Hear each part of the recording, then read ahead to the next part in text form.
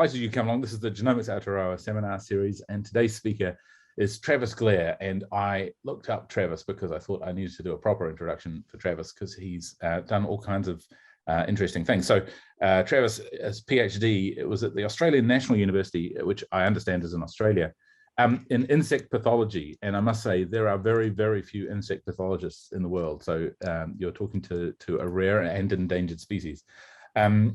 Travis was also worked for AgResearch for many years as biocontrol and biosecurity section manager and as general manager for science strategy. Moved to the University of Lincoln some years ago and has been director of the Bioprotection Research Centre and now co-director of Bioprotection Aotearoa. And obviously his research has been mainly in the areas of trying to control insect pests, but in Travis's case, in new, novel and exciting ways. So Travis, take it away. Great. So just before I start, as you'll all be looking at the plane in the background, I'll just point out that that was spraying Auckland for tussock moth control with an insect pathogen many years ago. Well, I think they sprayed Auckland something like 28 times with that lovely DC3 by memory. Something that you will never get to do again, but it was a spectacular sight. Right. So thank you everyone for coming along. I'm really going to do a little bit of a meander, and I think the title shows you that I have no idea what I was going to talk about. But I'm going to talk generally about genomics and insect pathogens and several projects I've been involved with over the last 10 years. I put that picture on the front there because I love this one. The drawing is from 1726 from Cuba, and it shows wasps falling out of the sky with plants growing out of them. And the plants, you'll notice, are exactly the same as the ones that are growing in the ground. So there was a good recognition that there was a plant growing in these insects killing them, but no one actually had demonstrated germ theory at that stage. And I put a little picture there of what the actual disease looks like on a dead wasp. So this is what I work on. I love to call this my wall of death. And basically anything that kills an insect. So some of this work actually starts with diseases of bees, so looking at the beneficials, but most of my work is actually more concentrated on developing biopesticides. So trying to come up with ways to use live pathogens to kill pest insects and other invertebrates. And this is a really growing area. I think the growth rate at the moment for commercial sales is something like 17% a year. So as chemical pesticides get withdrawn, the biologicals are taking up a bigger market share. So there's a real need for new solutions. So what I want to do today is really just touch on, at a very broad overview, several projects that I'll touch a little bit on the insect pathology. I'll touch a little bit on what the genomics approaches we were using, and I'll deal with an entomopathogenic bacterium project, entomopathogenic fungus, and then go into some of the microbes from niche habitat work that we've been doing. So a quick skip through the tulips. So first one will be about genomics, next generation sequencing. Next one will be mainly about transcriptomics, and the last one is about metabarcoding. So, importance of genomic approaches. Now, I stress at this point, I'm not actually a molecular biologist. It didn't exist when I trained, and I'm sort of come to it lately. And I was amazed when I started thinking back over the last 10 years at Lincoln University, how practically every project I do ends up having some sort of genomics involvement. So, entomopathogenic bacteria. My main area of interest for this has been a bacterium called Brevibacillus latasporus, and there were several strains of this species discovered in New Zealand, or isolated in New Zealand, about 2009 in a program led by John Hampton. And what was interesting is that these particularly Brevibacillus latasporus, which is a species known to kill insects around the world, but it's a little bit of an oddity. It's like the only species in the genus that does have insecticidal properties. Each strain seemed to kill a different range of insects. Our ones, interestingly, had this crystal that you can see sitting on there. So this little crystal here, I assume you can see my pointer, is odd because it is very reminiscent of Bacillus thuringiensis crystals, which is the toxin that those bacillus make that kill insects. So we were very interested in, we had these strains and they killed diamondback moth and they killed mosquitoes. So it looked very likely like it was going to be a crystal protein that was killing them. So I talked to a number of colleagues around the world on how I could find these genes for the crystal toxins and what sort of PCR should I use, and they all just said sequence the genomes.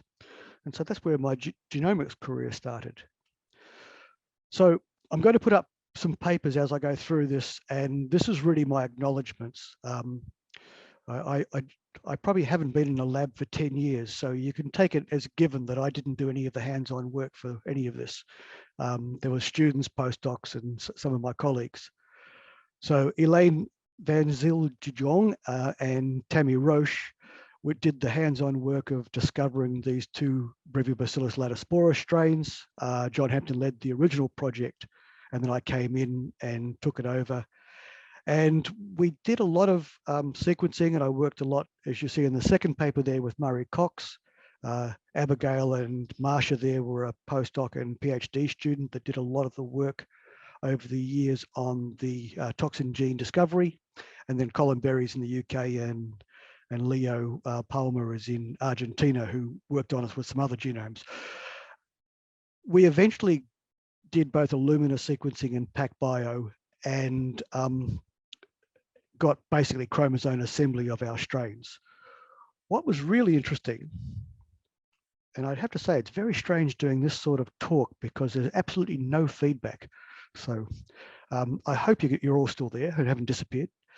Right, back to the story. So we found genes for these crystal toxin proteins in our Brevibacillus. We found them in all the Brevibacillus latasporus genomes that had been published as well. And the dendrogram there is actually the tree of all the different type of crystal protein toxin encoding genes that are known. And you can see that the New Zealand strains had, for a start, there's only 3 strains represented there, and we have 6 different toxin encoding genes. So this was a real smoking gun. We got really excited. So we had these novel crystal toxins. My PhD student, Marshall Olmskirk, went to a lot of trouble to express these in other vectors and to purify them and test them. And surprisingly, they didn't kill anything. And it turned out that the toxins are actually novel ones that are basically like an S-layer protein, and there's some other ones that we're only still discovering. So we had a fantastic genome assembly, and we found all the toxic proteins we thought we were after, and they weren't involved. What it did lead to, though, is, and this is a small table from a paper we published that looked at a whole lot of Brevibacillus latasporus genomes, and they are a hodgepodge of different insecticidal toxin encoding genes on these genomes. And there's no real pattern to it. They don't share very much. Most of them, no one's ever shown whether they're actually working in this species. And there's a few novel ones that have been discovered that don't occur in all of them. So it's quite fascinating. So within this one species, we get this huge variety of toxin genes, insecticidal toxin genes, I'll say, which led me to think about the taxonomy of the group. And this is on the one side there, the Zhang dendrogram is the whole genus using 16S sequences. The little bit on the right there is the 16S genes from some of our Brevibacillus latasporus in New Zealand and elsewhere. It turns out they have 11 to 12 copies of the 16S gene that are non-identical in each strain, which makes a bit of a mockery of trying to work out whether you've got one species or more. And so we used genomics there again, and this is the same sort of phylogeny, same strains, based on ANI, so total nucleotide comparisons on the little tree, so, well, what would you call that? Proportional phylogenetic tree. And the other one, the standard maximum likelihood, was using 41 conserved genes. What it does show is the New Zealand strains are unique. They're actually quite different, almost to species level compared to the other Brevibacillus latasporus, which was heartening because we were getting very different sorts of toxicities out of them. So to sum up this little part, so we discovered novel insecticidal toxins. We've got some lovely genomes that are helping us really move that along. The bacteria is actually being commercialized now in New Zealand and will be sold as a product called Lateral. And so we've gone all the way from the sort of original discovery to a product in 10 years, which I'm pretty chuffed about. And we're also going a little bit further, and we've been working on bacteriocins from these strains, because it turns out they quite like killing themselves, which does make production interesting. But that's another story. So, entomopathogenic fungi. That's actually a picture of Metarizium Anasophile. I just like it. It's such a beautiful shot. But what I work on more is the Bacria. Now, Bacria is probably the most widespread genus of insect pathogenic fungi there is. It was actually used for the original demonstration of germ theory. Agostino Bassi showed that what was killing silkworms in Italy was actually Bacria bassiana, and he isolated it and put it back on and killed them. So the first demonstration of germ theory. So it's a true insect pathogen. The spores land on the insect, they grow inside, they kill it. All those ones on the pictures there are all different Bacria on different insects. They are weak saprophytes. They can live outside the host. They're just not very competitive.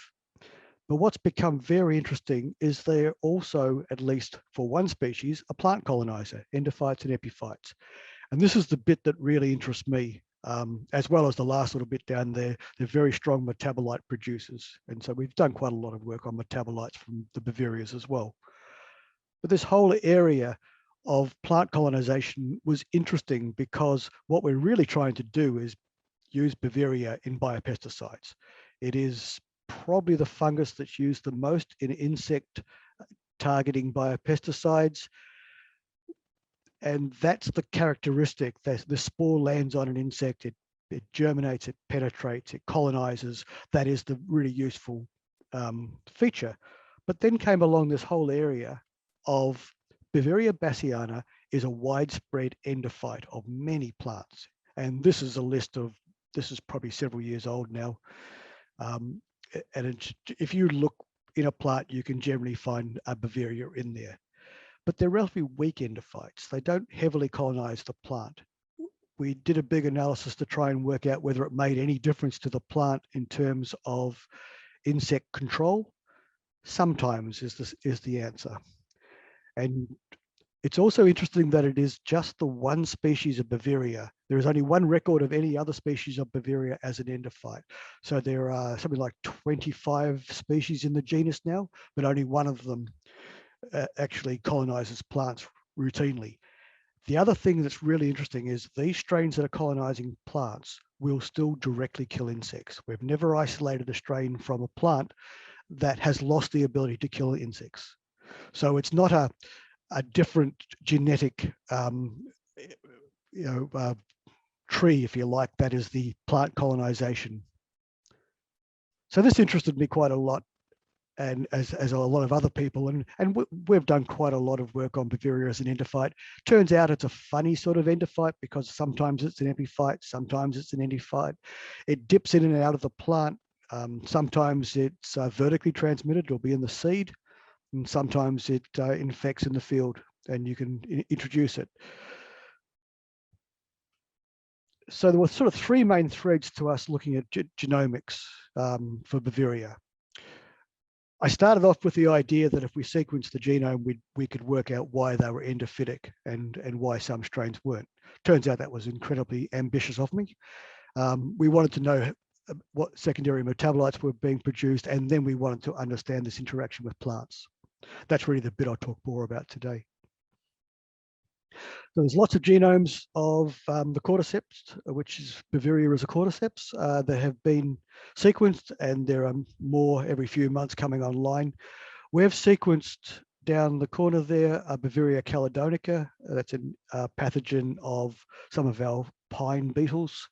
A couple of strains of Bavaria bassiana and a Bavaria meloensis. And I had envisaged that we would just sequence a whole lot of strains and have some idea of why some of these were endophytes. It turns out it was quite an expensive project and didn't get off the ground. What we did do, though, was to test whether we actually had good assemblies. We took our genomes and did a paper on mitochondrial evolution in the genus. And so that was working with people at Massey, Matt Campbell, Patrick Briggs, David Winter, and Murray Cox were involved from Massey. Abigail and Amy were two of my postdocs who worked on this at different times. And it was just a little bit of a sideline project, just testing out our genomes.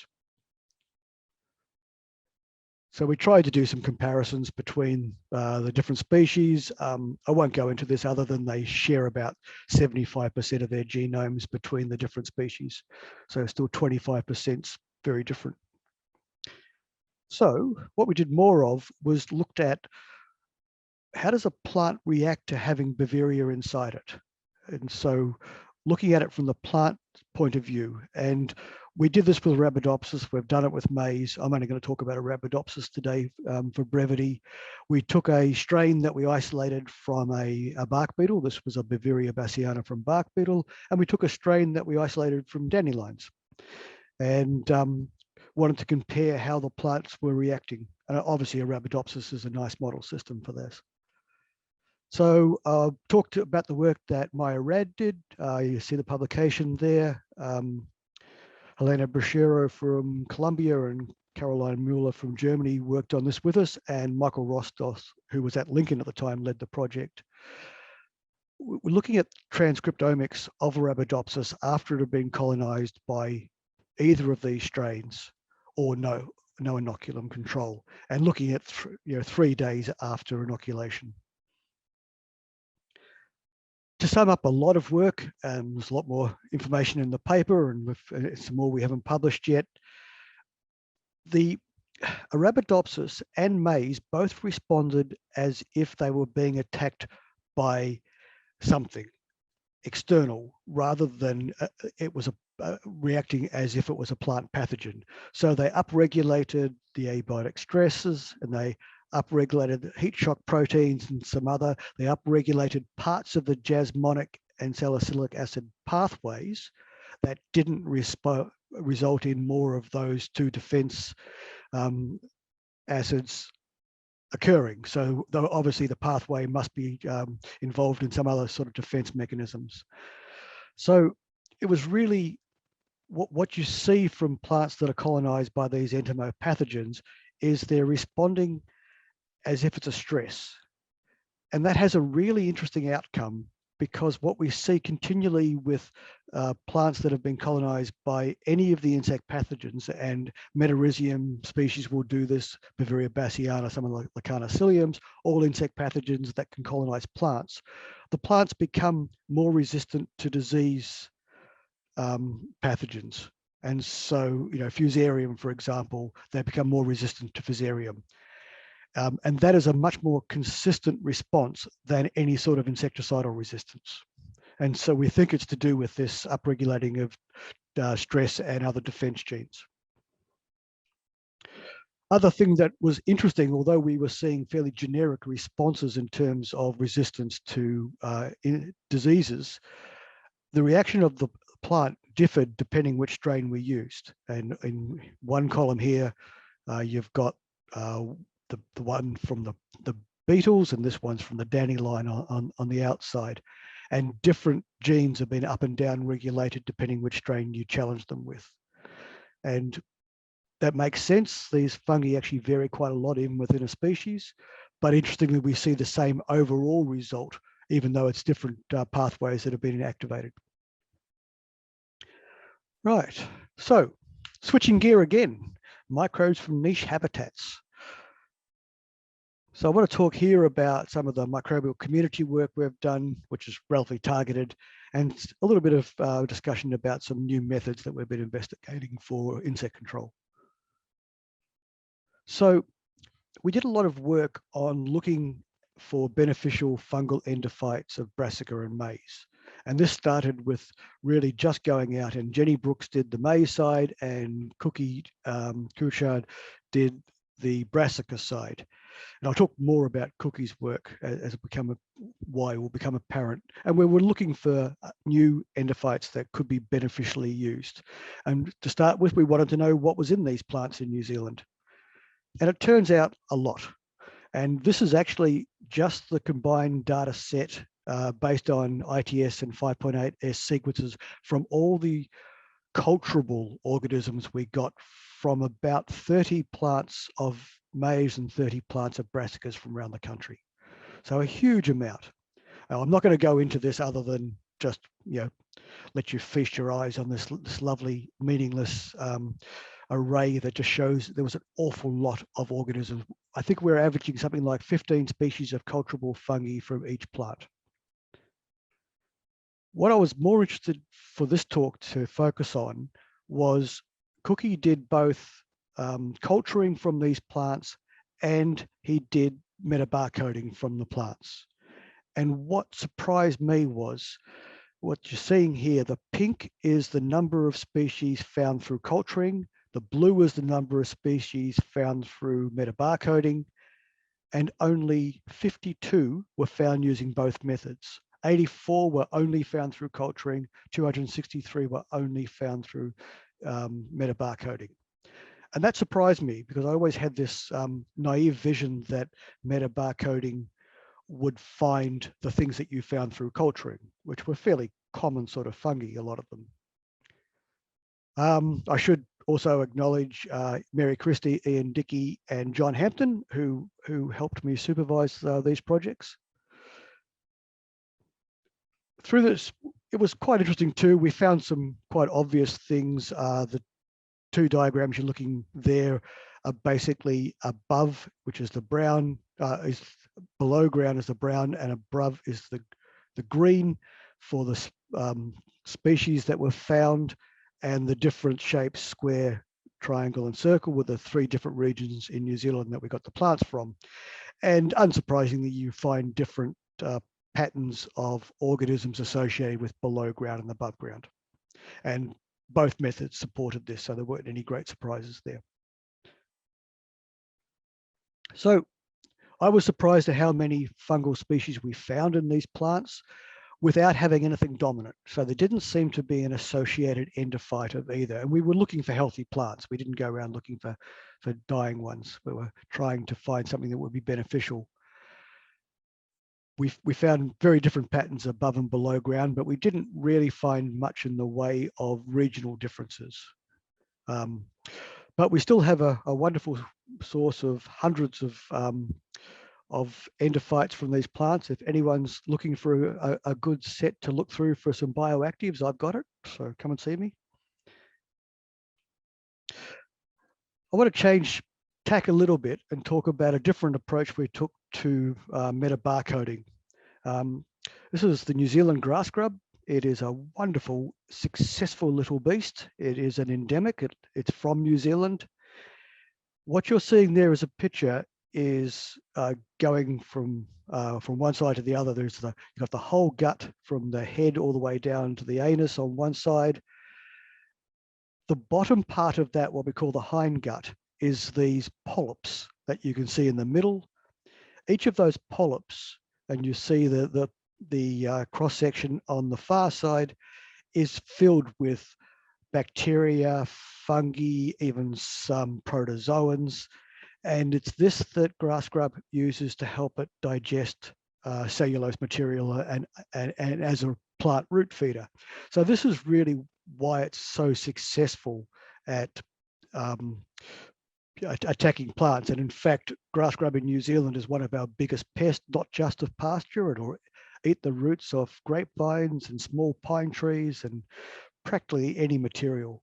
So it's a real beast, but these polyps are absolutely beautiful, and just the number of microbes that are actually contained in there.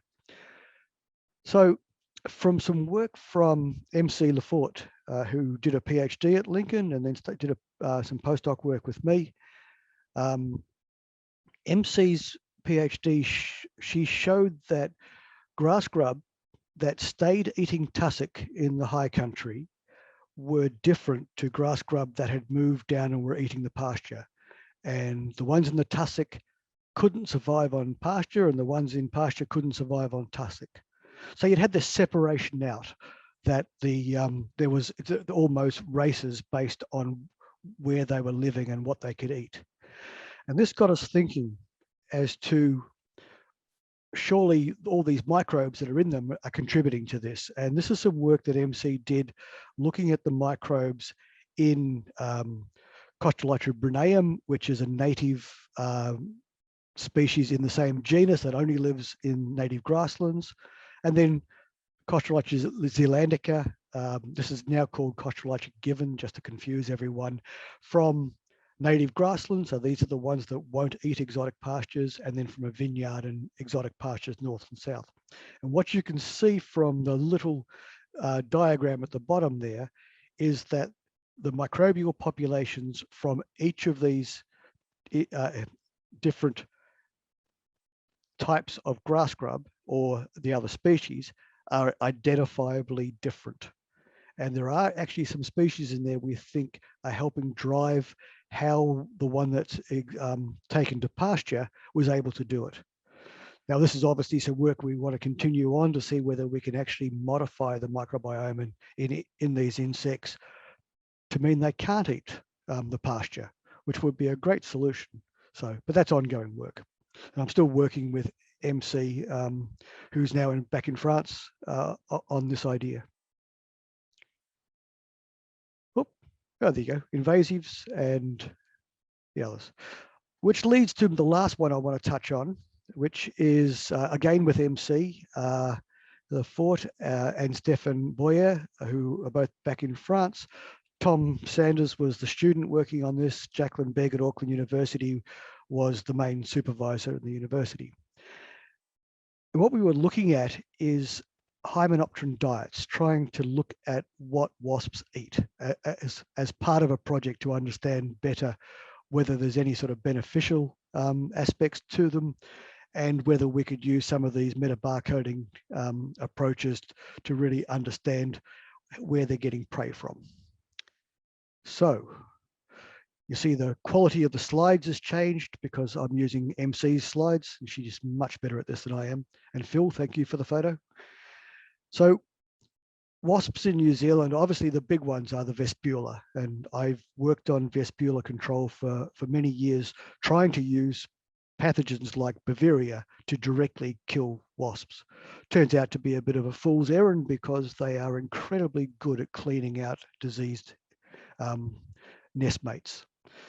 But in this study, we took a different approach, and it was really around looking at their diets, what they're eating. And rather than use the Vespula, it concentrated on the Polistes, which is the paper wasps, which are rather nice because they have much smaller nests and they're open nests, where the Vespula nest runs into the thousands of cells. These ones were much easier to work with. So the project was mainly looking at whether we could develop molecular methods to study the diets of the social wasps and to use those to look at what the wasps were eating and look at it over time by looking at the cells in the center of the nest as opposed to the cells that were last made, which gives you some idea of what they've been doing through a season. So sampled, I think it was Tom mainly who went out and sampled around Auckland and the North Island. This is what the nest looked like. There were 2 species. So that was quite nice too. Obviously, one of the species is much more common. There were 44 nests for one of the species and only 4 for the other. The raw data was really, really interesting. And you can see there that it was a relatively small portion, like 2/3 of it was really not what we were after. It was fungi, and the wasps don't actually eat fungi. They just have a lot of it in their nests. And so it's a bit of a byproduct. There's a little bit of contaminating wasp DNA in there, which you'd expect. And then in the prey, and there was a lot of terrestrial invertebrates, which is what they live off, but there was also a significant portion of marine organisms, marine invertebrates, a little bit of fish. It was, and we had a lot of discussion in the team about whether this was contamination or whether they were really feeding on it.